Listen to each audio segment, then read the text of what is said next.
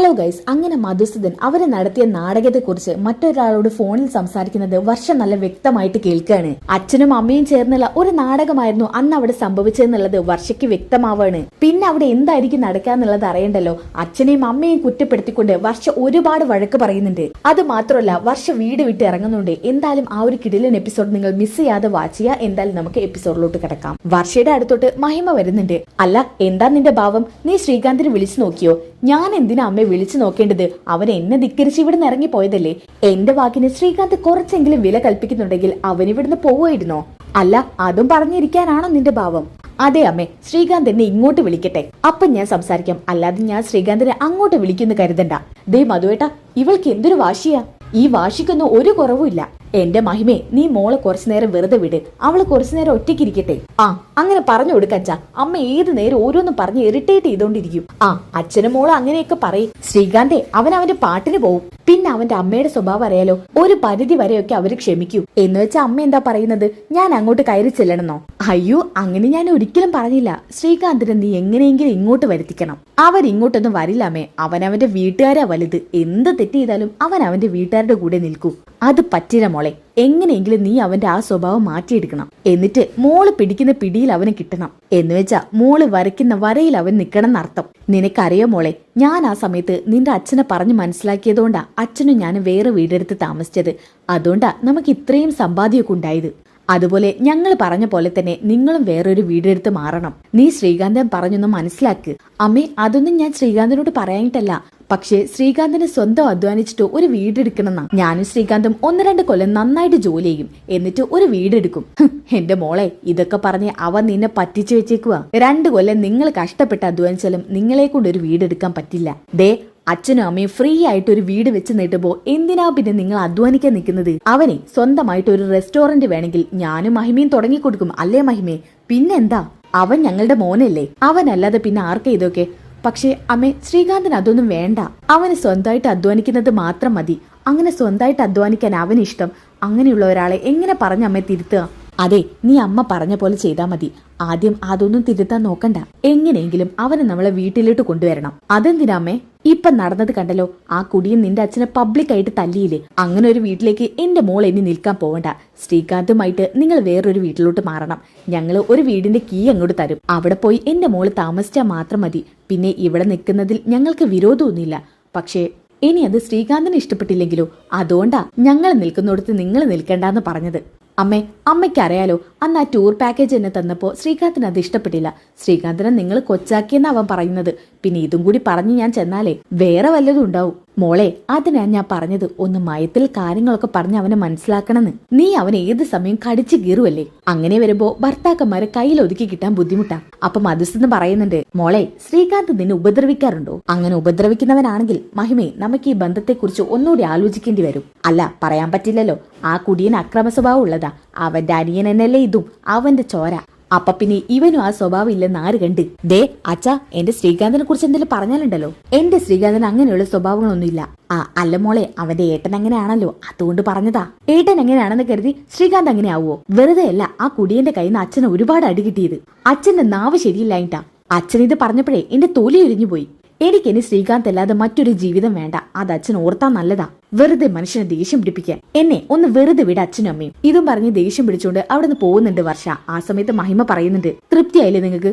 ഇപ്പൊ സമാധാനായല്ലോ? നിങ്ങളുടെ നാവൊന്ന് അടുക്കി വെക്കാൻ എത്ര തവണ പറഞ്ഞാലും കേൾക്കില്ല. മഹിമേ, അല്ല, ശ്രീകാന്തിന് എന്താ കുഴപ്പം? അവന് ഞാൻ നോക്കിയിട്ടേ ഒരു കുഴപ്പം കാണുന്നില്ല. നല്ല അസല് പയ്യനാ. കുടുംബത്തോട് സ്നേഹബന്ധമുള്ള പയ്യനാ. അങ്ങനെ ഒരു പയ്യനെ കിട്ടാനേ ബുദ്ധിമുട്ടാ. ആ റോഷൻ എന്ന് പറയുന്നവനെ നമ്മളെ മോളെ കെട്ടാഞ്ഞത് ഭാഗ്യം. എന്തൊരു വൃത്തിയായിട്ട് സ്വഭാവമായിരുന്നു അവന്റേത്. അവനെ വെച്ച് നോക്കിയാലേ ശ്രീകാന്ത് ഒക്കെ പൊന്നുകൂടാ.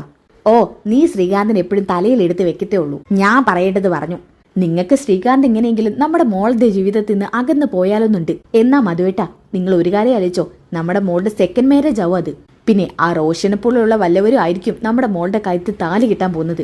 അതുകൊണ്ട് എങ്ങനെയെങ്കിലും ശ്രീകാന്തിനെ പറഞ്ഞ് നമ്മുടെ വരുതിയിലാക്കാനാ നോക്കേണ്ടത്. അല്ലാതെ നിങ്ങൾ ഇങ്ങനെ ചുമ്മാ ആവശ്യമില്ലാതെ എന്തെങ്കിലുമൊക്കെ ഒന്ന് പറയാതെ എല്ലാം കൊളാക്കാനായിട്ട് വരിക. ഇതും പറഞ്ഞ് അവിടുന്ന് ദേഷ്യപ്പെട്ട് പോവാണ് മഹിമ. ആ സമയത്താണ് മധുസൂദൻ ഒരു കോള് വരുന്നത്. ഇവനായിരുന്നു. ഹലോ, എന്തായി കാര്യങ്ങളൊക്കെ? കാര്യങ്ങളൊക്കെ ശരിയായി പോകുന്നു സാർ. അല്ല, സാറിന്റെ മോളുടെ കാര്യം എന്തായി? ആ പദ്ധതിയൊക്കെ നടപ്പിലായോ? അയ്യോ, നടപ്പിലായോന്നോ? അതൊന്നും പറയണ്ട. പിന്നെ നടപ്പിലാക്കാതെ ഈ മധുസൂദൻ അവിടുന്ന് പോരുമെന്ന് തോന്നുന്നുണ്ടോ? സാറല്ലെങ്കിൽ ഒരു കില്ലാടി തന്നെയല്ലേ. ഓ, നീ അങ്ങനെ എന്നെ പുകഴ്ത്തണ്ട. നിനക്ക് എന്തോ ആവശ്യമുണ്ടെന്നുള്ളത് എനിക്ക് മനസ്സിലായി. അല്ല സാറേ, സാറ് കാര്യം പറയാ, എന്താ അവിടെ ഉണ്ടായത്? എടോ, എനിക്ക് കുറച്ച് അടിയൊക്കെ കിട്ടി, എന്നാലും കുഴപ്പമില്ല. എന്റെ മോളിപ്പോ നമ്മുടെ കൂടെയാ. സ്വന്തം അച്ഛനെ പൊതു നിരത്തി വെച്ച് തല്ലിക്കഴിഞ്ഞാൽ എന്തായിരിക്കും മക്കളുടെ പ്രതികരണം? അതുപോലെ തന്നെ എന്റെ മോള് എന്റെ കൂടെ വന്നു.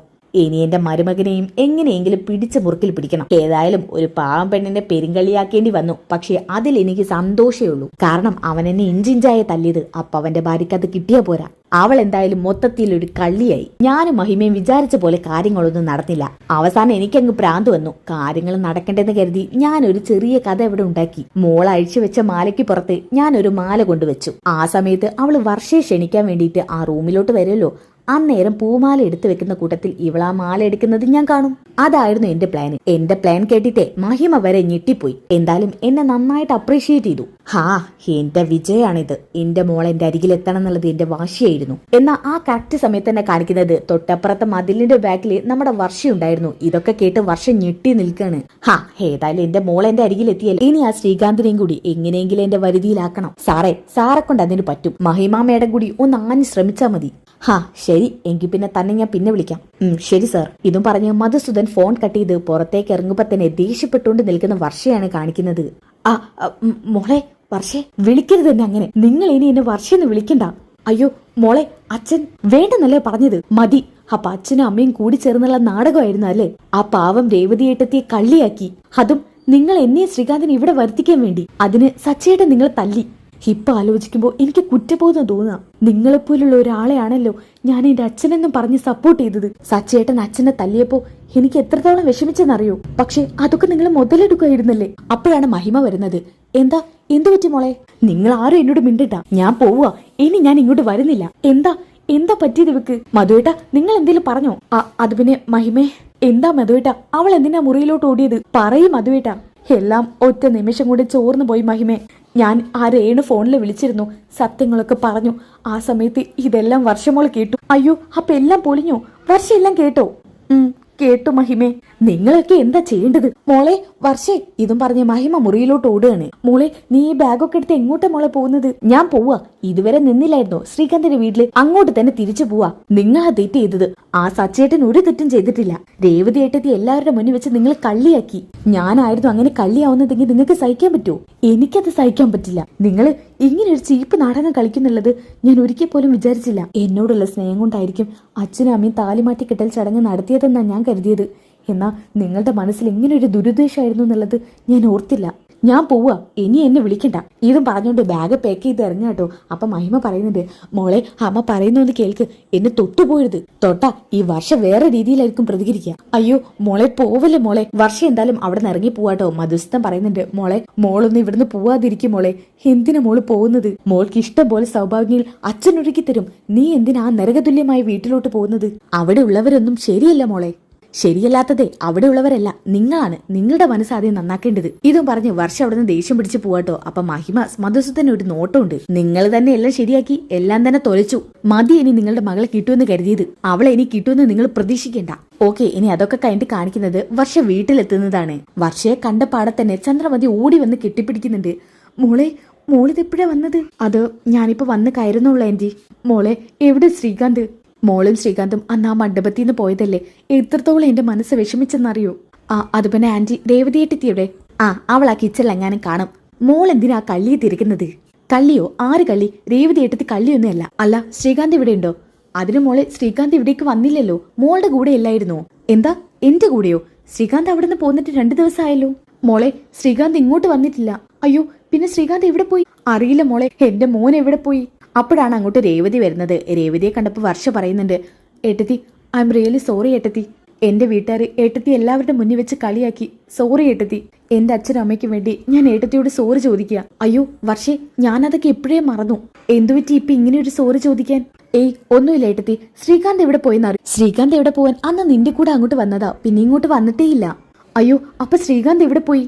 ഒരു കാര്യം ചെയ്യാം, ഞാൻ ശ്രീകാന്തിന്റെ ഫോണിലോട്ടൊന്ന് വിളിക്കട്ടെ. വിളിക്കേട്ടത്തി. അങ്ങനെ രേവതി വിളിച്ചു നോക്കുന്ന സമയത്ത് ശ്രീകാന്ത് ഫോൺ എടുക്കുന്നുണ്ട്. ഹലോ ഏട്ടത്തി. ശ്രീകാന്തേ, നീ എവിടെയാണ്? വർഷയുടെ കൂടെ അല്ലേ? അത് പിന്നെ ഞാനിപ്പോ ജോലി ചെയ്യുവാ. എവിടെയാ അപ്പൊ നീ? ഞാൻ ജോലി ചെയ്യുന്ന സ്ഥലത്ത് തന്നെ നീ വർഷയുടെ വീട്ടിൽ നിന്ന് പോന്നിട്ട് 2 ദിവസമായെന്ന് പറഞ്ഞല്ലോ. ഞാൻ ജോലി ചെയ്യുന്ന സ്ഥലത്ത് തന്നെ സ്റ്റേ ചെയ്യാം. ഓക്കെ, ഇനി എന്തായാലും നല്ല കിടിലൻ ട്വിസ്റ്റുകൾ നിറഞ്ഞ എപ്പിസോഡാണ് കേട്ടോ. ഇതിന് ബാക്കി കിട്ടാൻ വേണ്ടി ചാനൽ സബ്സ്ക്രൈബ് ചെയ്യുക, വീഡിയോക്ക് ലൈക്ക് ചെയ്യുക, നെക്സ്റ്റ് എപ്പിസോഡ് ഒന്ന് കമന്റ് ചെയ്യുക. അടുത്ത വീഡിയോയിൽ കാണുന്നവരേക്കും എല്ലാവർക്കും ബൈ ഗായ്സ്.